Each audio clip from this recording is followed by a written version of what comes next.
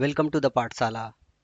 हम Indian polity की series कर रहे हैं। इसमें हमने पार्ट वन पार्ट टू देख लिया है। पार्ट वन में हमने आपको ये बताया था कि हम किस तरीके से इंडियन पॉलिटी को डील करेंगे, और पार्ट टू में हमने इंडियन कॉन्स्टिट्यूशन कैसे बना, उसकी पृष्ठभूमि का निर्माण कैसे हुआ और इतिहास उसके पीछे क्या रहा, किस चेंजेज की वजह से इंडियन कॉन्स्टिट्यूशन में बेनिफिट मिले, इन सब को हमने पार्ट टू में देखा हुआ है। आज हम संविधान सभा का जो निर्माण हुआ था उसकी बात करेंगे, और इंडियन कॉन्स्टिट्यूशन के लिए जो सोर्सेज इस्तेमाल किए गए थे, जो स्रोत थे, उनकी बात करेंगे।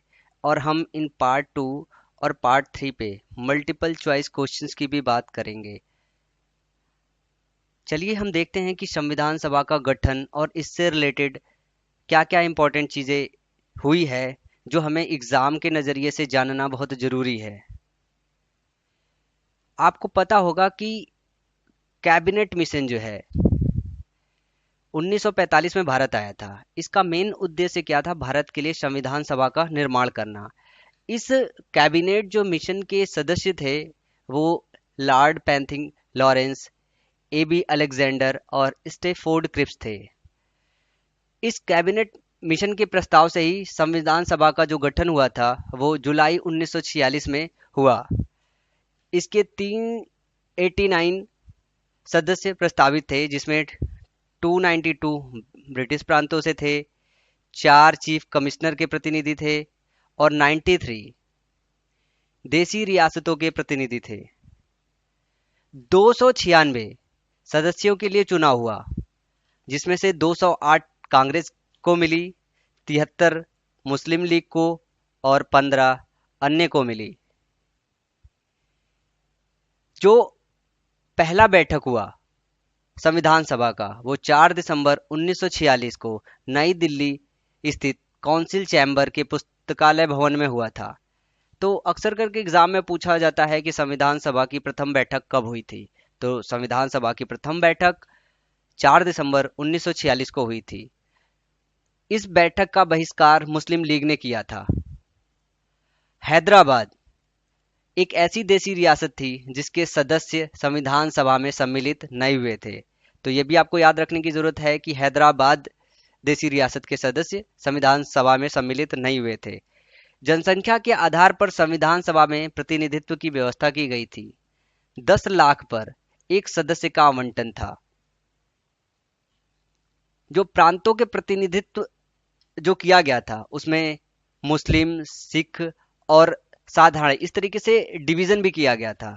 अनुसूचित जनजाति के सदस्यों की जो संख्या थी वो 33 थी। महिला सदस्यों की संख्या की बात करें तो वो 12 थी। राजेंद्र प्रसाद संविधान सभा के अस्थायी अध्यक्ष 11 दिसंबर 1946 को निर्वाचित हुए। ये अस्थायी अध्यक्ष थे। तो एग्जाम में पूछा जाता है कि अस्थायी अध्यक्ष कौन था, तो वो राजेंद्र प्रसाद थे संविधान सभा के। सभा की कार्यवाही 13 दिसंबर 1946 को जवाहरलाल नेहरू के द्वारा पेश उद्देश्य प्रस्ताव के साथ प्रारंभ हुआ। तो ये कुछ ऐसी बातें हैं जो संविधान सभा के विषय में आपको जानने की जरूरत है। और सबसे बड़ी बात क्या है कि इसमें कुछ क्वेश्चन होते हैं जो समितियां बनी थी उन पे बेस्ड आते हैं। तो हमें इन समितियों के विषय में और इनके अध्यक्ष के विषय में जानने की जरूरत है। तो जो ये समितियां थी वो ऐसी थी कि संचालन समिति,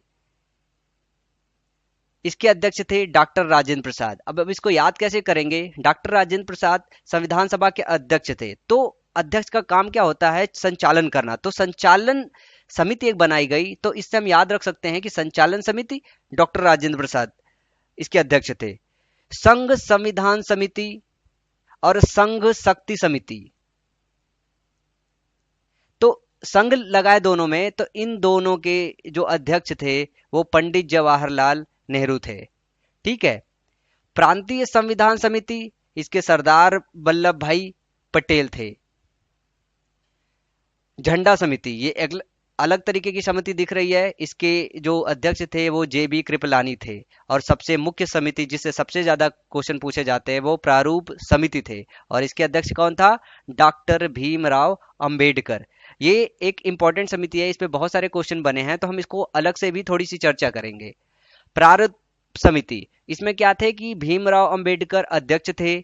और सदस्यों की बात करें तो Gopalaswami Ayyangar, Alladi Krishnaswami Ayyar, Kanhaiyalal, Maniklal Munshi, Syed Mohammad Saadulla, N Madhavrao, B L Mishra के स्थान पे थे।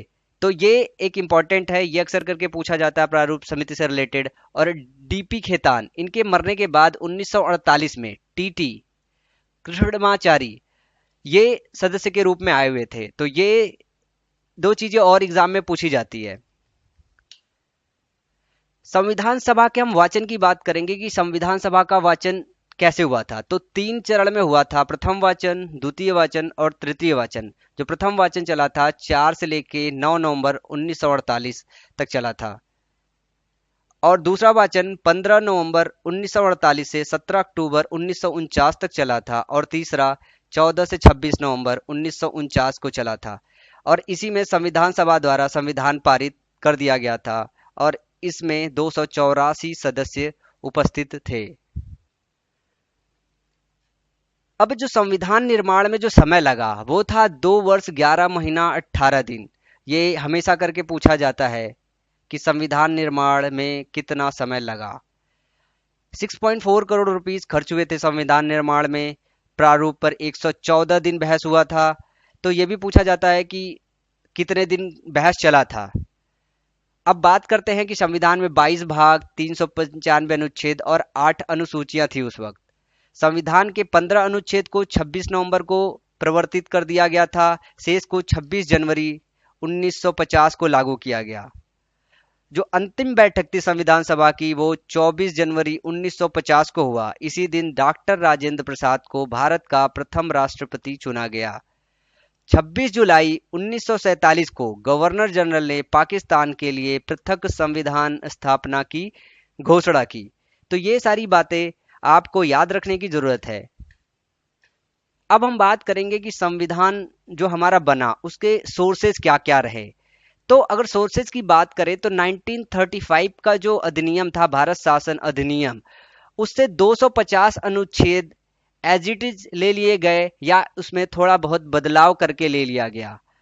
इसके अलावा संयुक्त राज्य अमेरिका से मौलिक अधिकार, न्यायिक पुनरावलोकन, संविधानिक सर्वोच्चता, निर्वाचित राष्ट्रपति और उस पर महाभियोग, उपराष्ट्रपति, उच्चतम एवं उच्च न्यायालयों के न्यायाधीशों को हटाने की विधि और वित्तीय आपात, ये सारी चीजें संयुक्त राज्य अमेरिका से ली गई। आप इसको याद रखिए क्योंकि ये एग्जाम में अलग अलग तरीके से मल्टीपल चॉइस क्वेश्चन बना के दिया जाता है।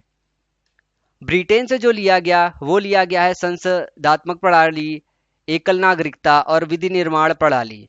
तो ब्रिटेन से याद रखिए कि ये 3 चीजें ली गई है। बात करें आयरलैंड की, जो सबसे ज्यादा पूछा जाता है कि नीति निर्देशक सिद्धांत कहाँ से लिया गया है, तो ये आयरलैंड से लिया गया है। राष्ट्रपति के निर्वाचन मंडल की व्यवस्था भी आयरलैंड से ली गई है। राष्ट्रपति के द्वारा राज्यसभा में साहित्य, कला, विज्ञान तथा समाज सेवा में ख्याति प्राप्त व्यक्तियों का मनोनयन भी आयरलैंड से लिया गया है। और आपातकालीन उपबंध ये भी आयरलैंड से लिया गया है। कुछ और सोर्सेस की बात करें तो ऑस्ट्रेलिया से प्रस्तावना की भाषा ली गई है। समवर्ती सूची का प्रावधान, ये भी कई बार पूछा जा चुका है कि समवर्ती सूची का प्रावधान कहाँ से लिया गया है, तो ये ऑस्ट्रेलिया से लिया गया है।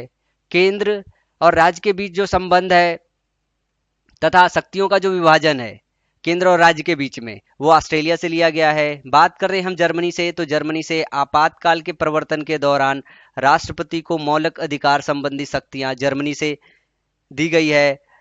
कनाडा से बात करें तो संघात्मक विशेषताएं, अवशिष्ट शक्तियां केंद्र के पास, ये दोनों चीज कनाडा से ली गई है। दक्षिण अफ्रीका की बात करें तो संविधान संशोधन, सबसे इंपॉर्टेंट चीज की संविधान संशोधन कहां से लिया गया है, तो ये दक्षिण अफ्रीका से लिया गया है। रूस से मौलिक कर्तव्य लिया गया है। और जापान से क्या लिया गया है, विधि द्वारा स्थापित प्रक्रिया।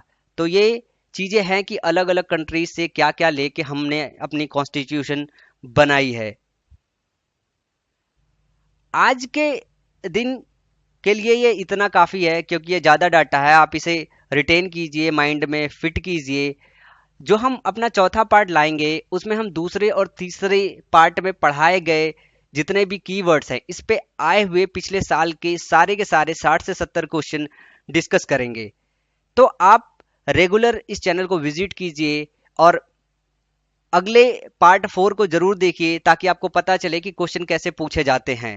आपके साथ एक और टीचर जुड़ रहे हैं जिनका नाम है महेंद्र सिंह। वह आपको जियोग्राफी और रिलेटेड सब्जेक्ट्स डील करेंगे।